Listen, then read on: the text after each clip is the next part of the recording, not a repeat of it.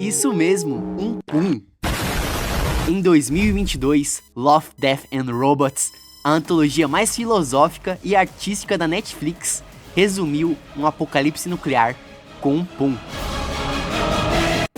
E o que aconteceu? A internet adorou, achou genial, hilário, o respiro perfeito da temporada. 2 anos depois, no volume 4, eles fizeram de novo. A mesma casa criativa, o Estúdio Buck, retornou para comandar o segundo apocalipse. Só que dessa vez, a reação do público foi outra. Comentários como imaturo, redundante, preguiçoso. Definitivamente, não foi tão bem recebida quanto a primeira.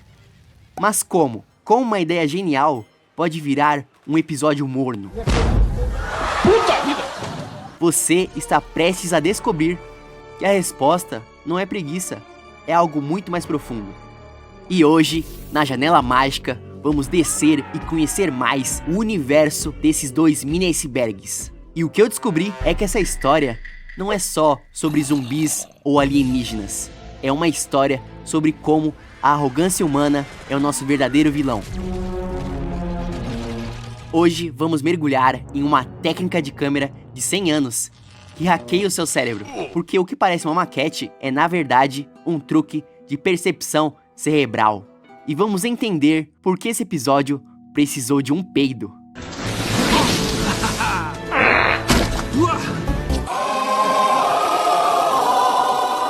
E por que da segunda vez esse som não foi tão bem ouvido? Primeira pergunta: por que isso parece uma maquete? Será que é stop motion? Não, pessoal, parte da resposta é tilt shift, mas essa resposta ainda está incompleta. E o mais chocante é que eu descobri nos arquivos de produção do Estúdio Buck é que foi até cogitado um visual mais estilizado, ou até mesmo a construção de cenários práticos em miniatura.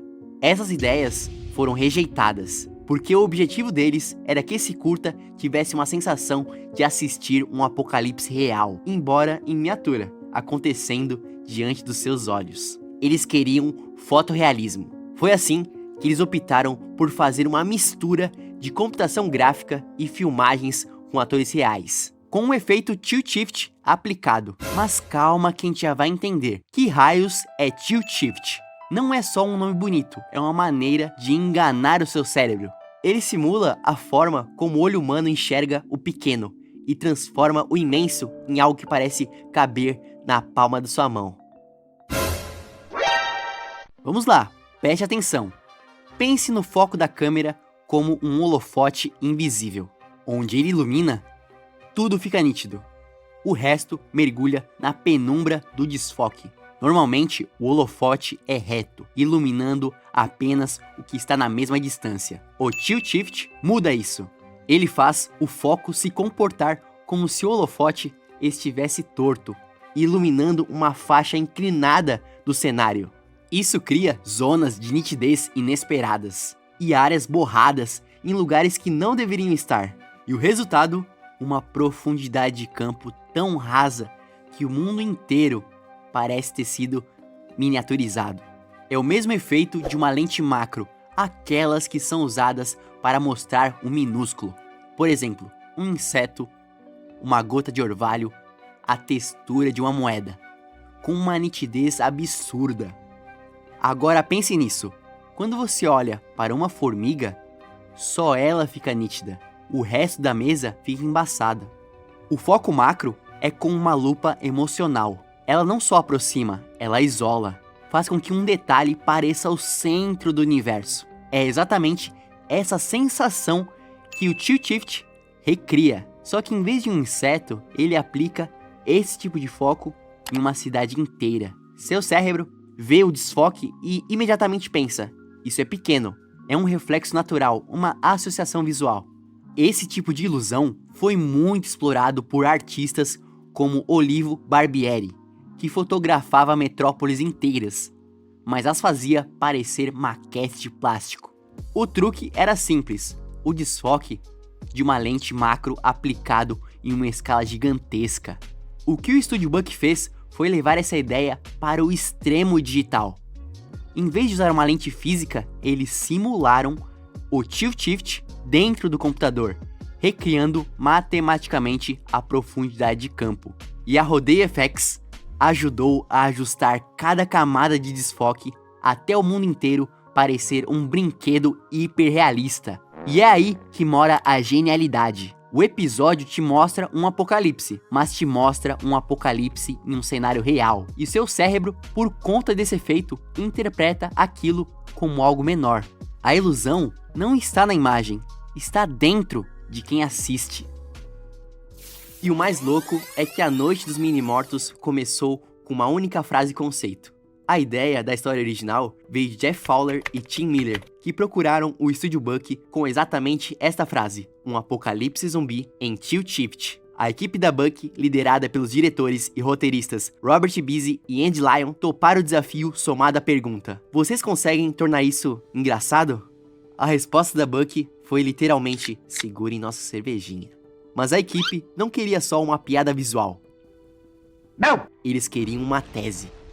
E a tese era: o fim do mundo não vai ser culpa de um vírus ou de uma maldição. Vai ser culpa nossa. Vai ser o resultado da arrogância e da estupidez humana. Como a Buck disse, tínhamos tudo e estragamos tudo. E não só por nós mesmos, mas também estamos levando os pinguins fofos conosco. O desafio era como começar, e a máxima da produção era: mantenha a simplicidade. Eles já sabiam que o filme terminaria com um estrondo, então pensaram: por que não começar com um também? Pensaram, foi aí que disseram: o que seria sacrilégio o suficiente para acordar os mortos? Bingo! A menor cena de amor em um cemitério já feita. 6 segundos acelerados de pura profanação. Enfim, vamos continuar. Tudo foi feito para que aquela cena de amor fosse a convocação dos mortos. A partir daí, o curta é uma carta de amor aos gêneros de zumbis. Mas não só deles. Por exemplo, a equipe cita inspiração como filmes de Kung Fu, pornografia softcore e filmes de ação dos anos 80. Calma, amigo, não pesquise. Softcore são basicamente aquelas produções eróticas que mais insinuam do que mostram.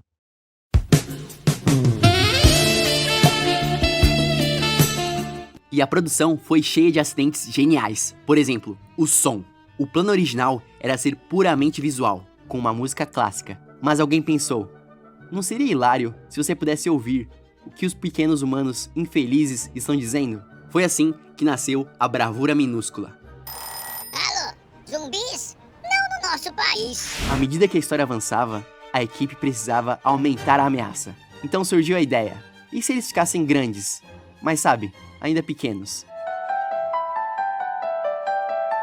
Mas eles não queriam um monstro complexo. Nas palavras da Buck, eles queriam que parecesse um zumbi bêbado, em escala maior, transbordando masculinidade tóxica. Por isso, ele não gospe fogo, ele vomita. E o nome oficial do ataque: vômito mortal tóxico. E o terceiro ato foi descrito como Mad Max, só que idiota. Eles criaram uma caravana filtrada pela lente da idiotice.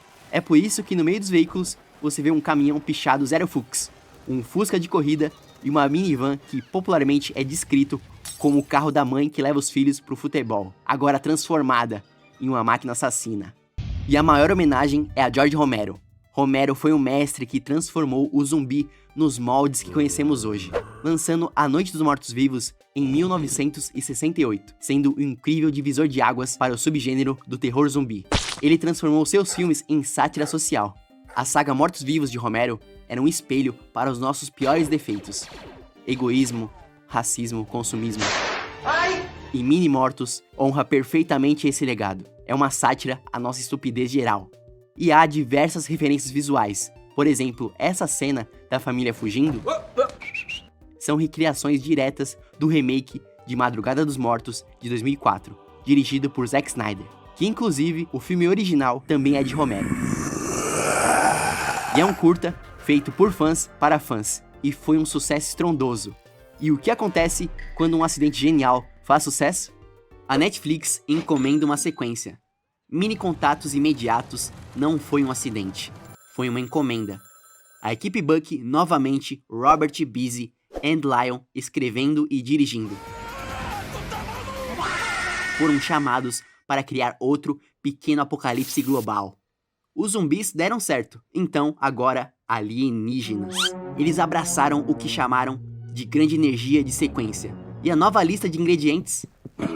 Nas palavras deles, vingança, terror, carnificina global e bestialidade implícita. A tese continuava a mesma. A culpa é sempre dos humanos. Mas a inspiração mudou. O estúdio Buck deu a melhor definição possível. E é uma citação de ouro. A franquia Alien tem xenomorfos. Nós temos a boa e velha xenofobia. Então tudo que é visto como estranho para os humanos é visto como algo terrível.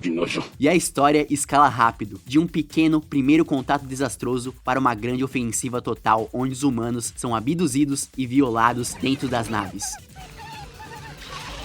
E os humanos respondem, com o que a Buck orgulhosamente chamou de engenharia caipira, roubando as armas dos alienígenas para revidar.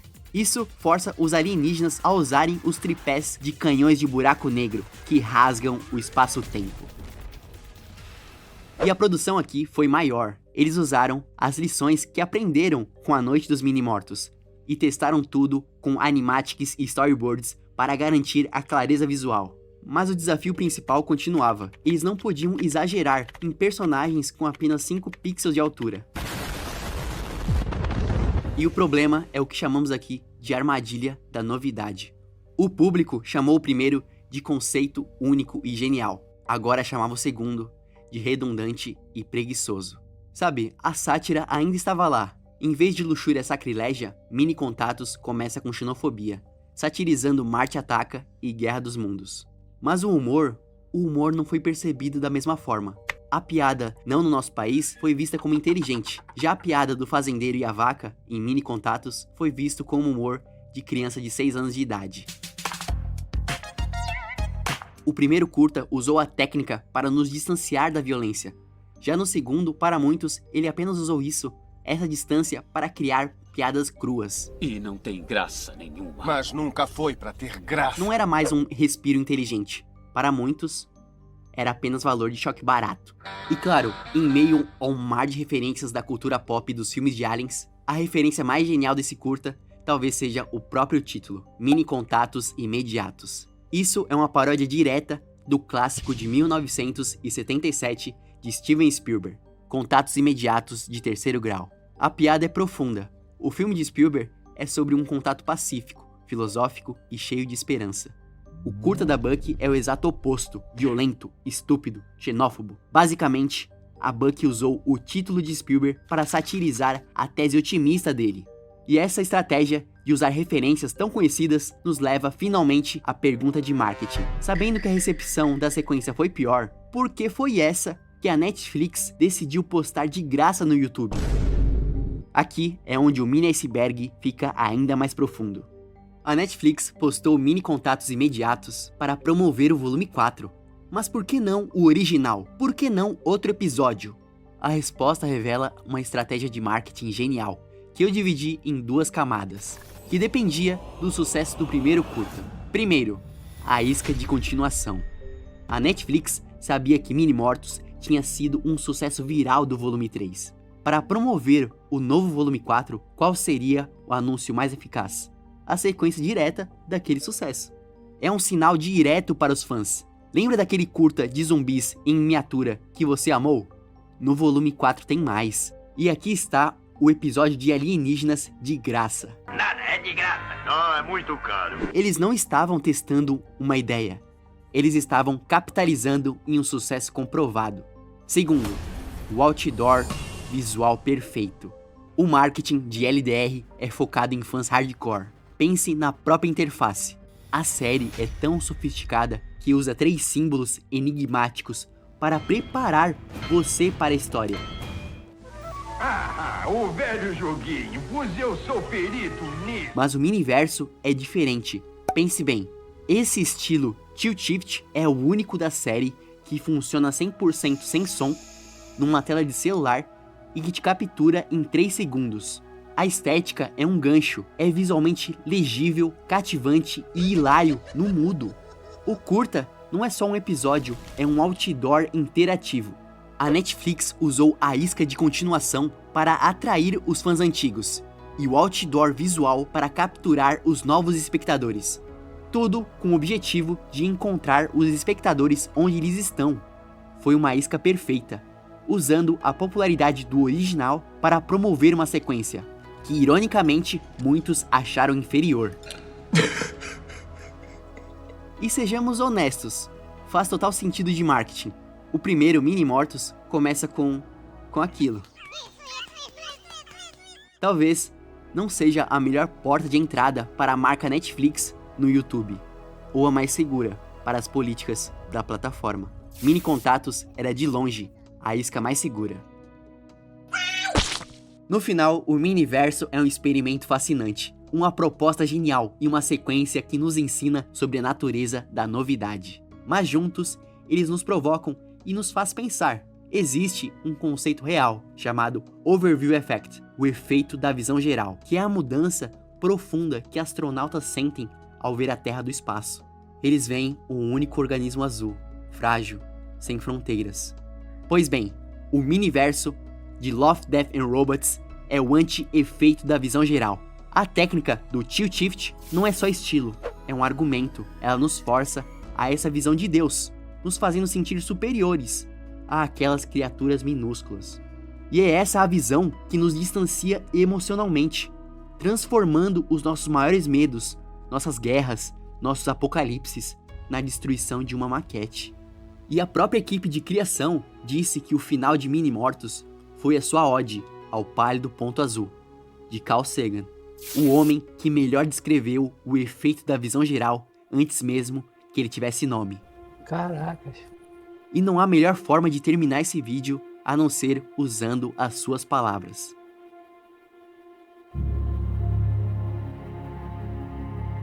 A nossa imaginária autoimportância. A ilusão que temos uma posição privilegiada no universo.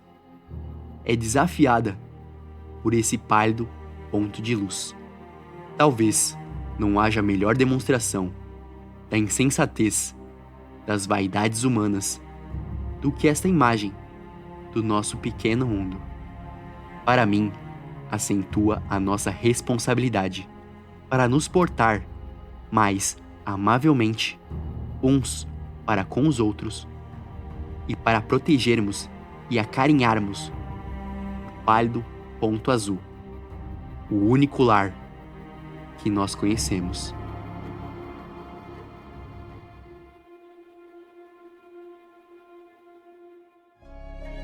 Mas e você? Você acha que essa piada funcionou nas duas vezes? Ou Mini Contatos foi um exagero? Deixe sua teoria aqui nos comentários e me diga aqui, qual será a próxima catástrofe do Miniverso? Uma revolta de IA? Gatos gigantes? Kaijus? Enquanto você pensa, que tal assistir outra análise profunda de Love, Death and Robots? Eu fiz a análise do episódio Can't Stop, que está aparecendo aqui do lado. Eu sou o Vini, e essa aqui é a Janela Mágica.